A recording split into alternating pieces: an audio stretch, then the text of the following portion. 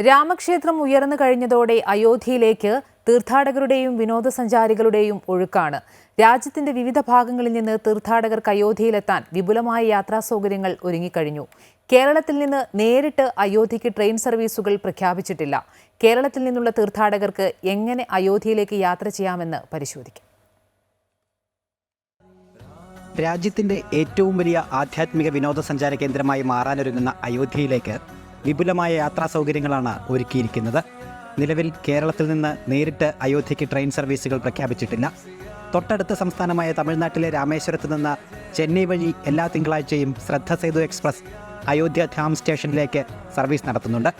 കൂടാതെ ചെന്നൈ അയോധ്യ, കോയമ്പത്തൂർ അയോധ്യ, മധുര അയോധ്യ, സേലം അയോധ്യ സ്പെഷ്യൽ സർവീസുകൾ ഉടൻ ആരംഭിക്കുമെന്ന് റെയിൽവേ അറിയിച്ചിട്ടുണ്ട്. ബംഗളൂരു വഴി ഗോരഖ്പൂർ വരെയുള്ള ഗോരഖ്പൂർ എക്സ്പ്രസ് ട്രെയിനും മലയാളികൾക്ക് ഉപയോഗപ്പെടുത്താവുന്നതാണ്.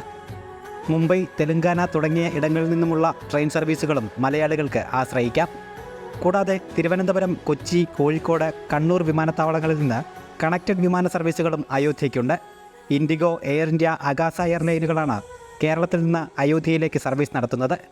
പ്രതിദിനം 1.25 ലക്ഷത്തോളം സന്ദർശകരെ പ്രതീക്ഷിച്ചുകൊണ്ടുള്ള യാത്രാ സൗകര്യങ്ങളാണ് അയോധ്യയിൽ സജ്ജീകരിച്ചിരിക്കുന്നത്. ഗോകുൽ രമേശ്, അമൃത ന്യൂസ്, പാലക്കാട്.